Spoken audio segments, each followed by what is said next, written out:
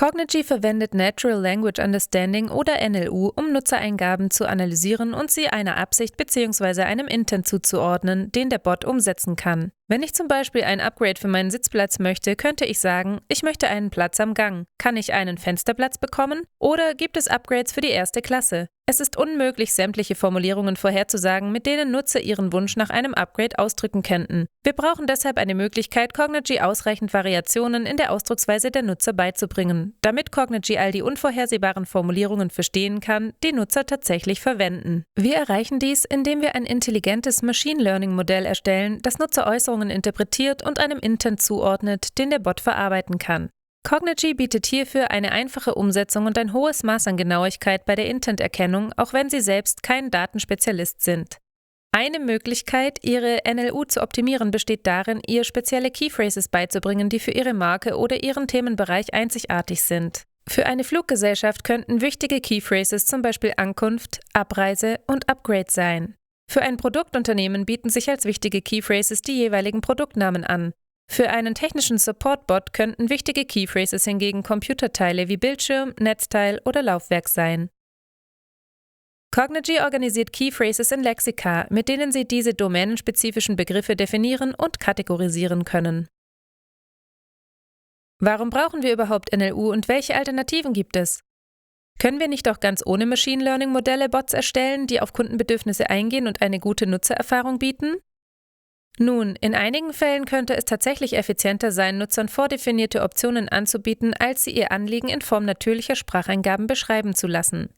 Wenn ich zum Beispiel meinen Flugstatus überprüfe und der Bot muss bestätigen, dass die Flugbezeichnung UA7371 lautet, ist es möglicherweise einfacher, nur einen Ja-Button und einen Nein-Button anzuzeigen. Insbesondere bei Mobilgeräten ist Tippen schneller als Eingeben.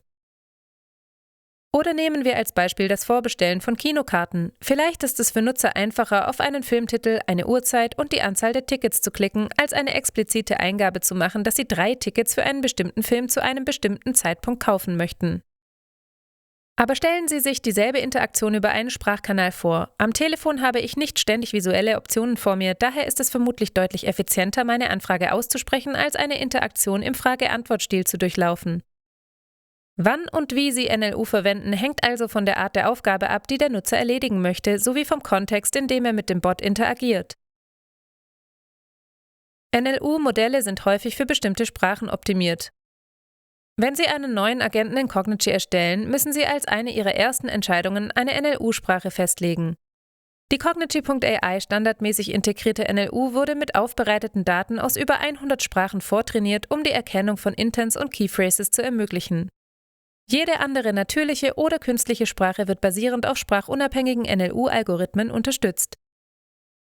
Für 20 der gängigsten Sprachen bietet Cognigy.ai vorgefertigte Datensätze, die die automatische Verarbeitung von Eingaben wie Daten, Währungen und anderen für eine im Flow definierte Sprache ermöglichen.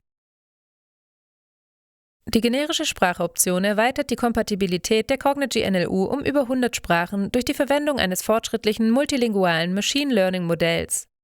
Mit der generischen Sprachoption können Sie Intent Mapping in jeder Sprache durchführen, was Ihnen in Kombination mit der Erkennung von Keyphrases und unserer leistungsstarken Rule Intent Engine die Erstellung von Flows in einer beliebigen Sprache ermöglicht. Um das Ganze etwas praktischer zu machen, sehen wir uns nun an, wie man Lexika und Intents in Cognigy.ai erstellt. Wir fangen mit Lexika an. Wenn Sie einen neuen Agenten in Cognigy erstellen, können Sie in der Vorlagenübersicht des Assistenten eines unserer vorgefertigten Lexika auswählen. Es stehen vielfältige Optionen wie Städtenamen, Flughafencodes, Feiertage und mehr zur Verfügung. Sie können diese Lexika finden und eigene erstellen, indem Sie in der linken Seitenleiste Ihres Agenten-Dashboards zunächst Bild und dann Lexika auswählen.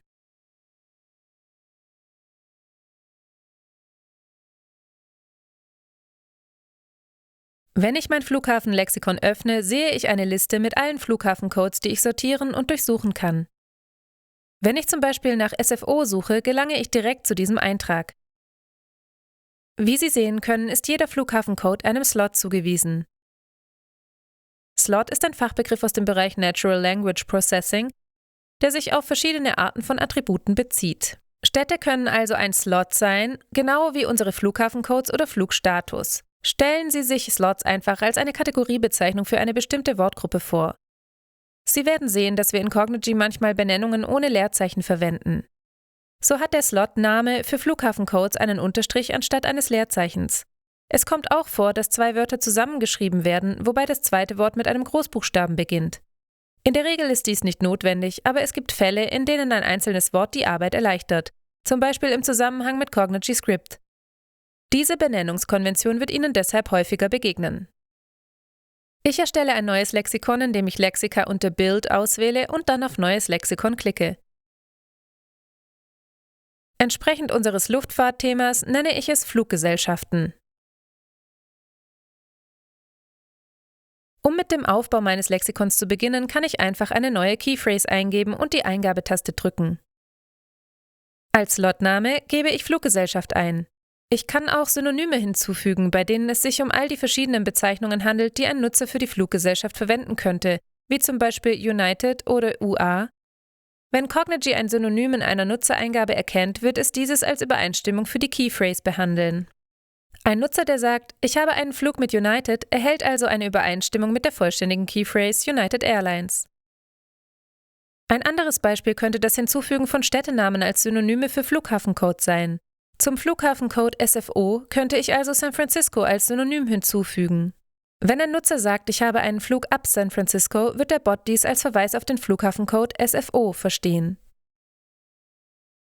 Nachdem ich einen Namen eingegeben habe, drücke ich einfach die Eingabetaste, um das neue Wort zu ergänzen. Um ein Wort zu löschen, klicke ich auf das X daneben. Ich kann mein Lexikon Wort für Wort über diese Benutzeroberfläche erstellen oder auch ein Lexikon als CSV-Datei hochladen. Dies kann die Arbeit erleichtern, wenn Sie beispielsweise eine große Anzahl von Keyphrases kopieren möchten. Lassen Sie uns ein Lexikon erstellen und es dann hochladen. Zuerst besorge ich mir eine Liste der Fluggesellschaften, indem ich einfach im Internet danach suche.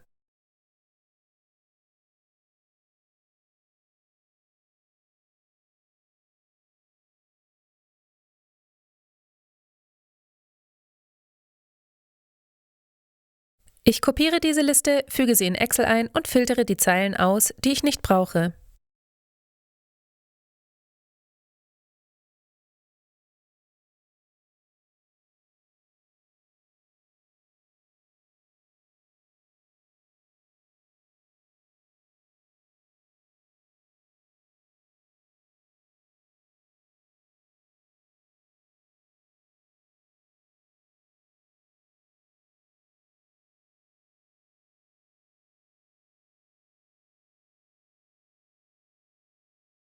In Spalte B muss ich den Slotnamen eingeben. Ich wähle dafür Fluggesellschaft.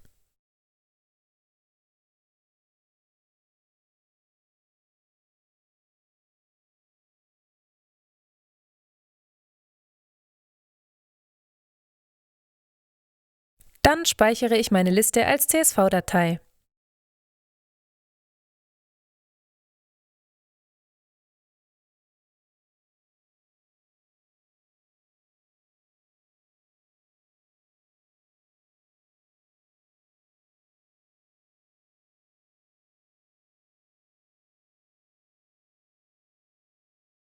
Und jetzt lade ich sie in Cognigy hoch.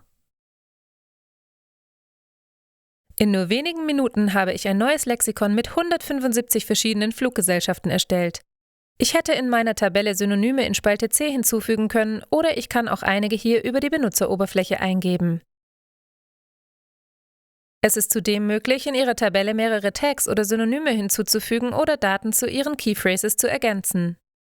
Suchen Sie in der Cognigy-Dokumentation nach CSV, um das exakte Format für Lexikon-Uploads zu finden.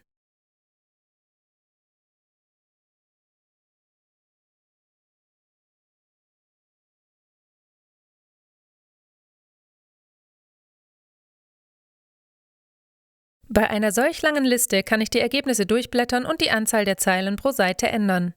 Um einen Eintrag zu löschen, haben Sie zwei Möglichkeiten. Sie können einen einzelnen Eintrag löschen, indem Sie erst auf den Abwärtspfeil ganz rechts in der Zeile und dann auf Löschen klicken. Sie können auch das Kontrollkästchen ganz links in der Zeile aktivieren und dann am unteren Bildschirmrand auf Löschen klicken. Cognigy verfügt über einige integrierte Slot-Typen, die den integrierten Lexika ähneln. Sie sind jedoch eher regelbasiert, anstatt sich über ein bestimmtes Vokabular zu definieren. Cognigy erkennt automatisch Daten, Zahlen, Zeitspannen, Temperaturen, Altersangaben, E-Mails und Prozentsätze. Wie Sie sich vielleicht erinnern, haben wir einige davon bereits als integrierte Token in unseren Say-Notes und If-Notes kennengelernt. Wir werden in ein paar Minuten darüber sprechen, wie man ein Lexikon verwendet, wenn wir Intents erstellen und testen. Doch zuvor möchte ich einen Punkt bezüglich der Organisation Ihrer Lexika ansprechen. In meinem Beispiel von eben hatte ich jeweils ein separates Lexikon für Flughafencodes und eins für Fluggesellschaften, aber ich hätte diese auch in einem einzigen Lexikon kombinieren können. Da ich Keyphrases mit Hilfe von Slots kategorisieren kann, ist es möglich, eine beliebige Anzahl von Slottypen in einem einzigen Lexikon zu verwenden. Lexika sind nicht grundsätzlich an ein bestimmtes Thema gebunden. Sie sind lediglich eine bequeme Möglichkeit, unsere Listen von Keyphrases zu organisieren. Sie können sogar denselben Slot in verschiedene Lexika verwenden, wenn Sie möchten. Welchen Ansatz sollten Sie also wählen? Ein einzelnes Lexikon mit all Ihren Keyphrases oder mehrere Lexika, die thematisch geordnet sind?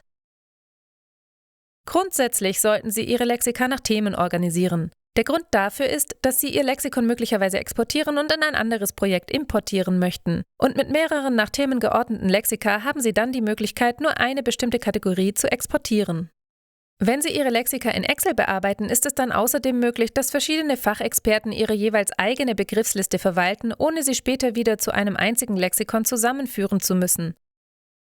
Abgesehen davon können Sie durchaus ein einziges Lexikon für alle verschiedenen Themenbereiche verwenden, die nicht so wichtig sind und für die Sie nur wenige Keyphrases angeben. In Bezug auf Slotnamen ist es hilfreich, mit einer standardisierten Benennungskonvention zu arbeiten. Ich empfehle Slotnamen, die mit einem Kategoriewort beginnen, wenn dieses Sinn macht, keine Leerzeichen verwenden und eine Zeile des Lexikons beschreiben. Zum Beispiel würde ich Flughafen-Code und Flughafen-Name generell den Varianten Flughafencodes und Namen von Flughäfen vorziehen. Wie Sie Lexika, Slots und Keyphrases organisieren und benennen, liegt ganz bei Ihnen. Aber es ist sinnvoll, sich im Voraus Gedanken darüber zu machen, damit Sie in Ihrem Team einheitliche Regeln anwenden. Keyphrases sind ein wichtiger Bestandteil von Cognigys NLU. Wenden wir uns nun dem anderen elementaren Bestandteil zu, Intents. Ein Intent erfasst den Kern einer Nutzerabsicht, die Ihrem Bot gegenüber durch Eintippen oder Aussprechen zum Ausdruck gebracht wird. Wenn der Nutzer also sagt, ist mein Flug pünktlich oder hat mein Flug Verspätung, betrifft dies den Flugstatus Intent. Oder wenn er sagt, ich möchte am 28. nach San Francisco fliegen oder ich muss von SFO nach DUS, dann handelt es sich um den Flugbuchen-Intent. Wir erstellen Intents in Cognigy mit Hilfe des Intent-Editors. Sie finden den Intent-Editor, indem Sie Ihren Flow öffnen und am oberen Bildschirmrand auf NLU klicken. Beginnen wir mit der Erstellung eines Flugstatus-Intents. Ich klicke auf Intent erstellen und nenne ihn Flugstatus. Jetzt muss ich Cognigy einige Beispiele nennen, wie Nutzer nach ihrem Flugstatus fragen könnten. Zum Beispiel: Ist mein Flug pünktlich? Wie verspätet ist mein Flug? Verspätet sich mein Flug? Ich speichere und klicke auf Modell bauen. Wir müssen das Modell anlegen, damit Cognigy eine frei formulierte Nutzereingabe einem bestimmten Intent zuordnen kann. Wir können dies im Interaktionspanel testen. Dazu öffne ich das Interaktionspanel, indem ich auf das Sprechblasensymbol in der oberen rechten Ecke klicke. Jetzt mache ich etwas Neues. Ich klicke hier auf Einstellungen und aktiviere dann den Expertenmodus. Der Expertenmodus gibt Ihnen Feedback zu Dingen wie Intent-Übereinstimmungen und Slot-Übereinstimmungen, damit Sie sehen können, wie der Bot Nutzereingaben interpretiert. Alle Expertenmodus-Angaben werden nur hier im Interaktionspanel angezeigt und sind für tatsächliche Nutzer im Webchat auf Ihrer Website oder einem Ihrer anderen Kanäle nicht zu sehen. Ich wechsle nun zurück zum Chat, um mit meinem Bot zu sprechen und gebe ein: Ich möchte überprüfen, ob mein Flug pünktlich ist. Cognigy gibt uns das Feedback, dass der Flugstatus-Intent erkannt wurde und nennt uns auch den entsprechenden Intent-Score. Der Intent-Score gibt an, mit welcher Genauigkeit Cognigy eine Intent-Übereinstimmung bewertet. Versuchen wir etwas anderes wie verspätet ist mein Flug?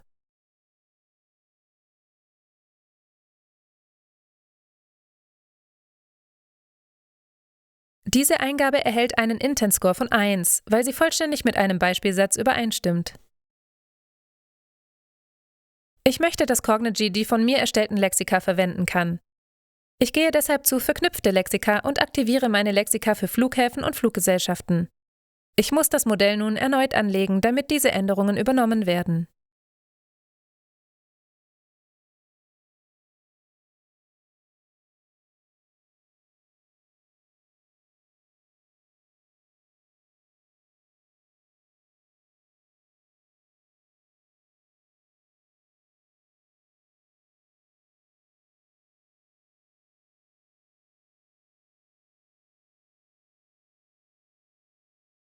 Was ist, wenn ich sage, ist mein United-Flug nach SFO pünktlich?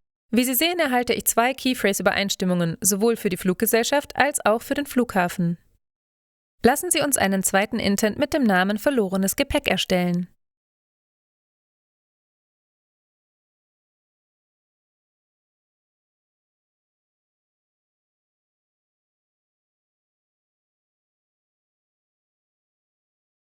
Ich füge einige Beispielsätze hinzu wie „Kommt mein Gepäck verspätet an?“ oder „Wo ist mein Gepäck?“ Ich speichere und aktualisiere das Modell.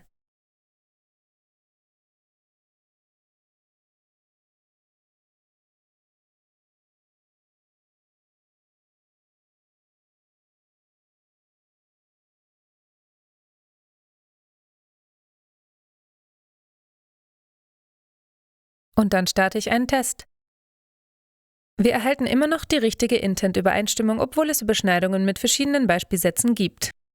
Der Flugstatus-Intent enthält „Mein Flug war verspätet“ und der verlorenes Gepäck-Intent enthält „Wo ist mein Gepäck?“ Aber Cognigy ist so intelligent, dass es die bessere Übereinstimmung erkennt. Ich erstelle einen letzten Intent mit dem Namen Gepäckausgabe.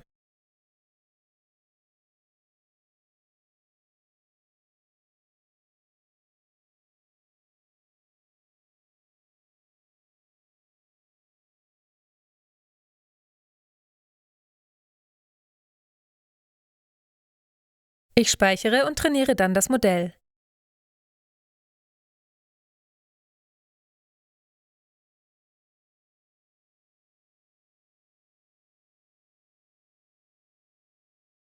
Zum Testen sage ich, ich war an der Gepäckausgabe, aber mein Gepäck war nicht da. Ihnen wird auffallen, dass es viele gebräuchliche englische Wörter gibt, die auch Flughafencodes sind. Wir können das vorerst ignorieren, da es die Intent-Erkennung nicht beeinflusst. Viel wichtiger ist jedoch, dass wir den Gepäckausgabe-Intent erhalten haben, obwohl hier eindeutig der verlorenes Gepäck-Intent passender wäre. Der Passagier war an der richtigen Gepäckausgabe, konnte sein Gepäck aber dennoch nicht finden. Also müssen wir uns unsere Intents ansehen und herausfinden, was schiefgelaufen ist. Cognigy bietet Indikatoren, die Ihnen bei der Korrektur fehlinterpretierter Intents helfen können. Sie sehen rote, grüne und gelbe Lichter, die die Qualität eines Beispielsatzes oder eines Intents signalisieren. Rote und gelbe Lichter weisen nicht unbedingt auf ein Problem hin, aber sie sind gute Ansatzpunkte, falls Sie nicht die gewünschte Genauigkeit erzielen. Wenn ich die Intents Gepäckausgabe und verlorenes Gepäck überprüfe, sehe ich, dass beide mit einem roten bzw. gelben Licht markiert sind. Bei beiden Intents wird darauf hingewiesen, dass es große Überschneidungen zwischen ihnen gibt. Wir haben verschiedene Möglichkeiten, dies zu korrigieren. Wenn ich mir meinen verlorenes Gepäck-Intent anschaue, fällt auf, dass das Wort Ausgabe nicht in meinem Beispielsätzen vorkommt. Also könnte ich hier einen Satz hinzufügen, der dieses Wort enthält. Ich kann mir auch meine mit einem roten Licht markierten Beispielsätze ansehen und stelle fest, dass „Wo ist mein Gepäck?“ und „Kann mein Gepäck nicht finden“ Beispielsätze sind, die in beiden Intents enthalten sind. Dies könnte problematisch sein und darauf hindeuten, dass wir die Beispielsätze voneinander unterscheiden müssen. Es könnte aber auch völlig in Ordnung sein, weil „Ich kann mein Gepäck nicht finden“ möglicherweise ja nach Kontext eine unterschiedliche Bedeutung hat. Für derartige Fälle können wir in Cognigy States verwenden. Dieses Thema werden wir in dieser Sitzung jedoch nicht behandeln. Ich werde 2 Dinge tun. Ich entferne den Beispielsatz „Kann mein Gepäck nicht finden“ und ersetze ihn durch „Wo wird mein Gepäck ausgegeben“ in meinem Gepäckausgabe-Intent und ich erwähne die Ausgabe in meinem verlorenes Gepäck-Intent.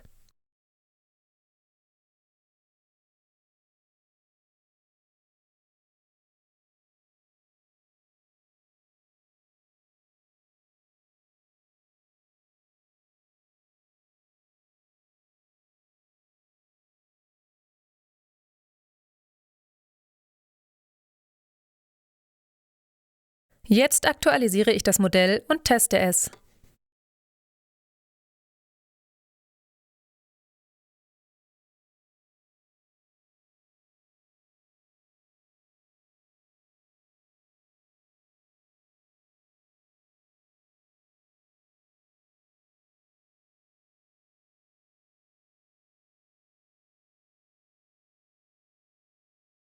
Und nun erhalte ich erwartungsgemäß den verlorenes Gepäck-Intent. Der Sinn dieser Übung ist es, Ihnen zu veranschaulichen, worauf Sie bei Ihren Beispielsätzen achten müssen. Denken Sie beim Erstellen der Sätze darüber nach, was einen Satz für einen bestimmten Intent im Vergleich zu anderen Intents einzigartig macht. Aufgrund welcher Inhalte sind diese Beispielsätze passend für einen bestimmten Intent? Bedenken Sie zudem, dass Beispielsätze keine vollständigen Sätze sein müssen. Sie können auch Phrasen oder Satzfragmente sein, solange es sich dabei um nützliche Daten handelt, die Cognigy helfen können, ein genaues Modell anzulegen. Ich möchte Ihnen eine weitere Möglichkeit zeigen, wie Sie Ihre Intent-Erkennung verbessern können. Dazu gebe ich diesen Beispielsatz ein. Ich erhalte die richtige Intent-Übereinstimmung, aber der Intent-Score ist relativ niedrig, weniger als 50%. Wie kann ich hier eine höhere Genauigkeit erzielen? Ich könnte diesen Beispielsatz hinzufügen, aber es gibt sehr viele Variationen davon. Ich kann nicht für jede mögliche Kombination von Flughafencodes einen Beispielsatz angeben. Ich kann dieses Problem mit Annotationen lösen. Ich füge diesen Beispielsatz hinzu. Den Status meines Fluges von SFO nach ORD überprüfen. Ich markiere dann SFO und klicke auf das Pluszeichen rechts in der Zeile. Dadurch kann ich Cognigy mitteilen, dass SFO eine Übereinstimmung für meinen Lexikon-Slot Flughafencodes ist. Das gleiche mache ich mit ORD.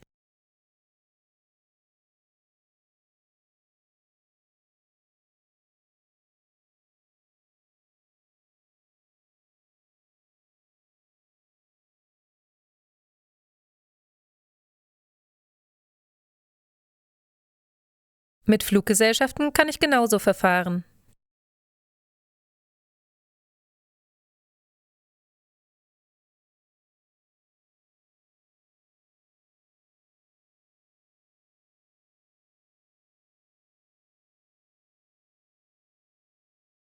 Jetzt baue ich das Modell und teste einen weiteren Beispielsatz.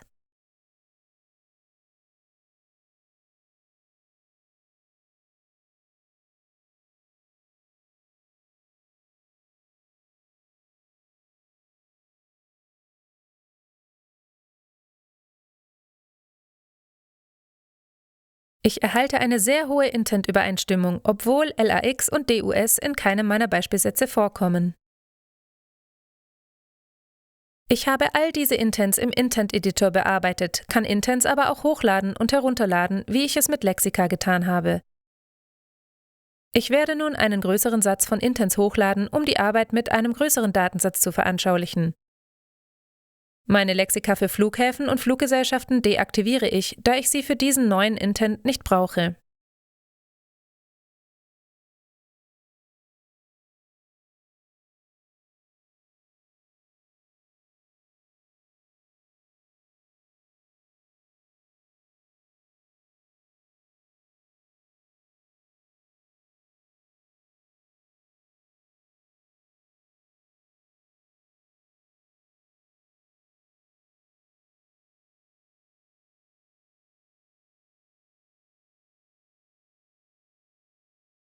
Wie Sie sehen, wurden die Intents durch eine bestimmte Benennungskonvention kategorisiert.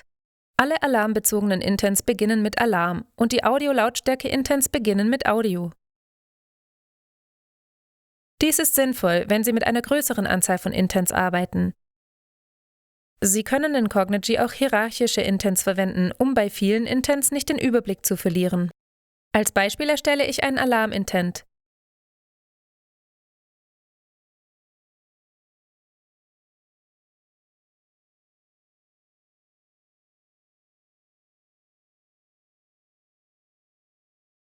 Jetzt gruppiere ich alle alarmbezogenen Intents unter diesem einen Intent. Dazu ziehe ich einfach die einzelnen Intentnamen auf den Alarm-Intent und es entsteht eine Hierarchie.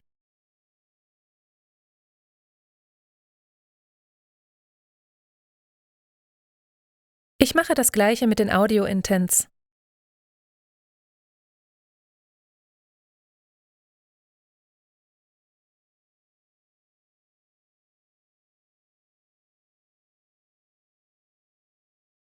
Wie Sie sehen, führt dies zu einer schönen visuellen Kategorisierung, die das Auffinden von Intents erleichtern kann.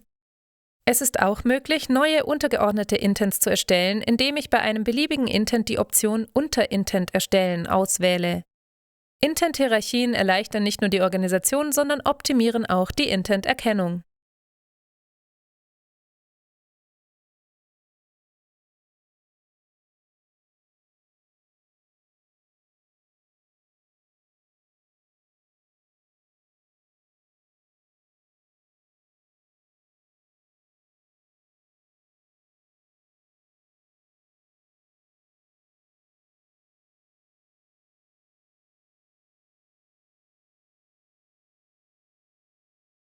Schauen wir uns ein Beispiel an. Ich sage, bitte den Ballettunterricht an diesem Freitag absagen.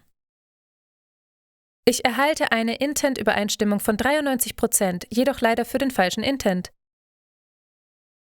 Cognigy identifiziert den Intent zum Eintragen in den Kalender, anstatt den zum Entfernen aus dem Kalender. Ordnen wir die Intents nun hierarchisch und sehen dann, welche Ergebnisse wir erhalten.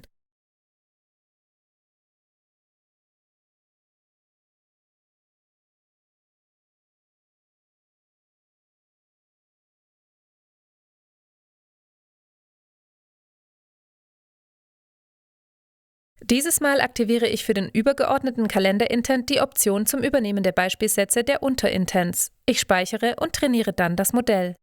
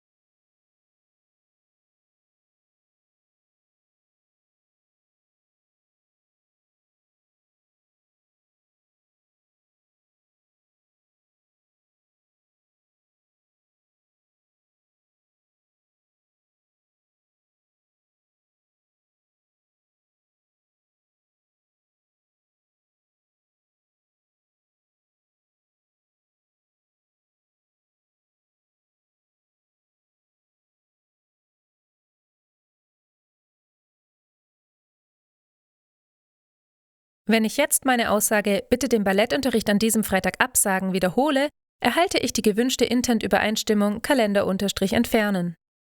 Wie konnte ich durch das Erstellen hierarchischer Intents eine fehlinterpretierte Intent-Übereinstimmung korrigieren?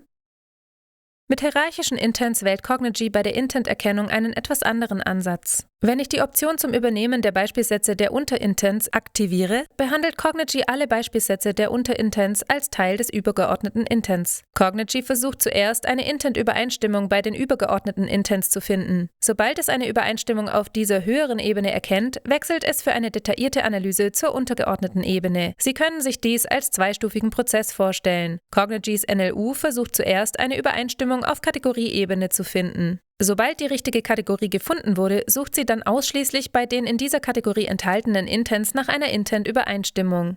Manchmal findet Cognigy eine Intent-Übereinstimmung, die nahe an der Schwelle zur sicheren Erkennung liegt, den entsprechenden Richtwert aber nicht ganz erreicht.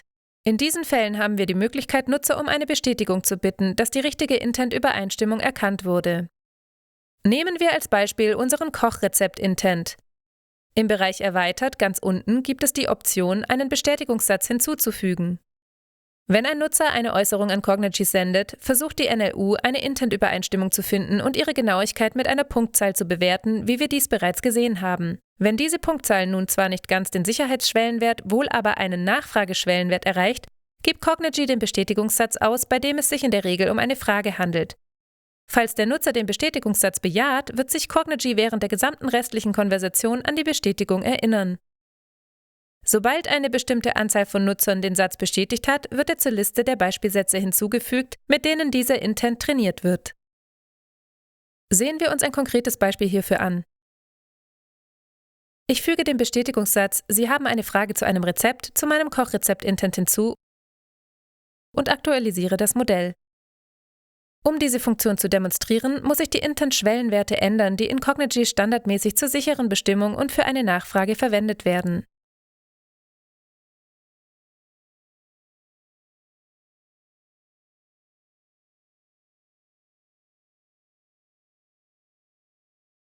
Wählen Sie dazu in der linken Seitenleiste Verwalten und dann Einstellungen. Unter Schwellenwerte sehe ich ein paar Schieberegler und nehme einige Anpassungen vor. Ich lege den Sicherheitsschwellenwert auf 90% und den Nachfrageschwellenwert auf 80% fest.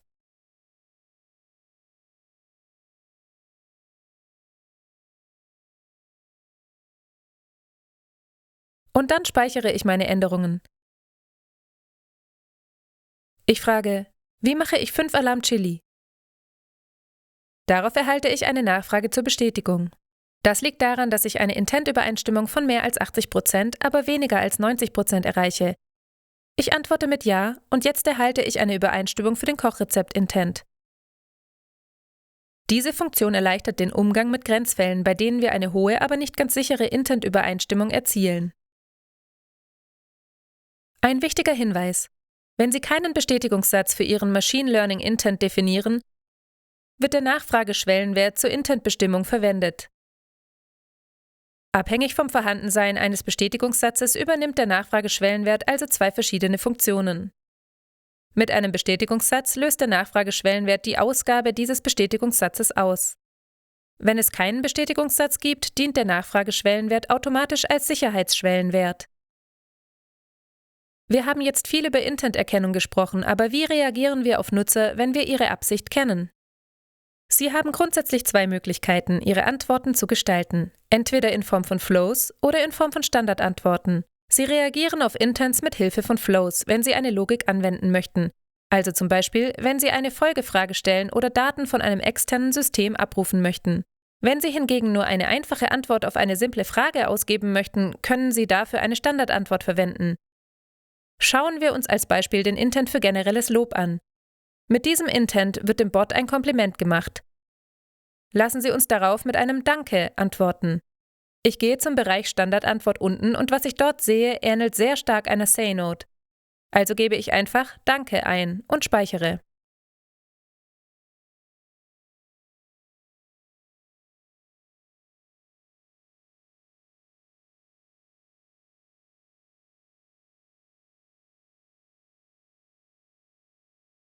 Wenn ich dem Bot nun sage, du bist toll, sagt er Danke, weil er meine Standardantwort verwendet.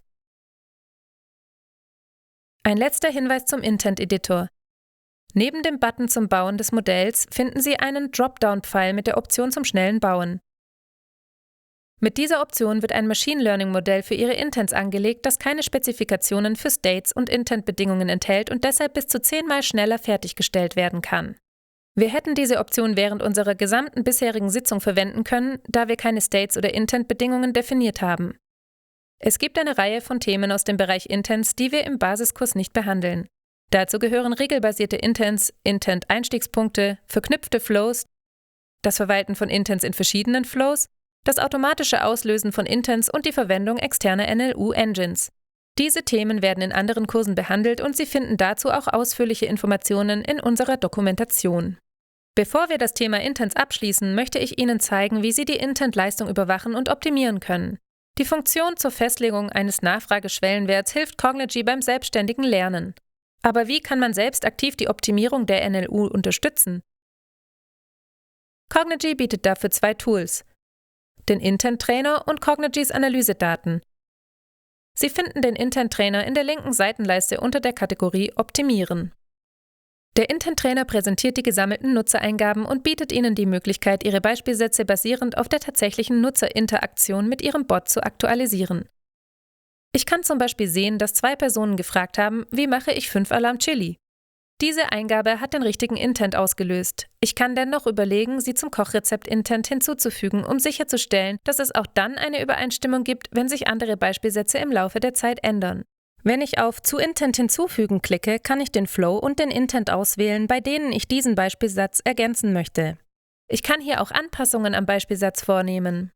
Manchmal kann der Intent-Trainer als Inspiration dienen, wobei ich die Eingabe des Nutzers jedoch nicht wortwörtlich zu meinen Beispielsätzen hinzufügen möchte. Ich kann den Text dann ändern und sogar Annotationen hinzufügen sowie neue Keyphrases oder neue Synonyme erstellen. Wenn ich meine Änderung speichere, wird diese in einer Warteschlange vorgemerkt und Cognigy lässt mich die Liste weiter durcharbeiten. Ich kann die Nutzereingaben weiter einzeln durchgehen und Einträge dabei zum Hinzufügen, Überspringen oder Ignorieren auswählen. Wenn ich eine Äußerung überspringe, wird sie zwar in die Liste der übersprungenen Einträge verschoben, wenn allerdings ein Nutzer dieselbe Eingabe erneut verwendet, wird sie mir hier auch wieder angezeigt.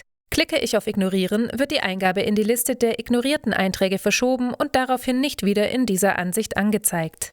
Wenn ich auf Übernehmen klicke, speichert Cognigy meine Änderungen und ich kann die Liste danach weiter durcharbeiten. Mit den hilfreichen Filtern oberhalb der Liste kann ich die Auswahl auf bestimmte Flows oder Intents beschränken oder zwischen den Listen mit nicht überprüften, überprüften, ignorierten oder übersprungenen Einträgen wechseln. Ein letztes wichtiges Feature: Wenn Sie auf die 3 vertikalen Punkte klicken, können Sie Trainingsdatensätze importieren oder exportieren. Dies kann hilfreich sein, wenn Sie eine separate Umgebung nutzen, um Trainingsdaten zu überprüfen und Ihr Modell zu trainieren. Auf diese Weise können Sie das datenintensive Trainieren Ihres Modells in einer Umgebung vornehmen, auf die Ihre Endnutzer nicht zugreifen. Die andere Möglichkeit zur Analyse Ihrer Intent-Leistung besteht darin, die Originaldaten in Excel zu überprüfen. Suchen Sie dafür in der Cognigy-Dokumentation nach OData. Auf diese Weise können Sie alle Nutzereingaben anzeigen und zum Beispiel nach Einträgen filtern, die keine Intent-Übereinstimmungen aufweisen. Und das war vorerst alles zum Thema Intents in Cognigy. Wir haben viele Aspekte behandelt und ich empfehle Ihnen, sich in der Dokumentation von Cognigy sowie im Hilfecenter über weitere zu informieren.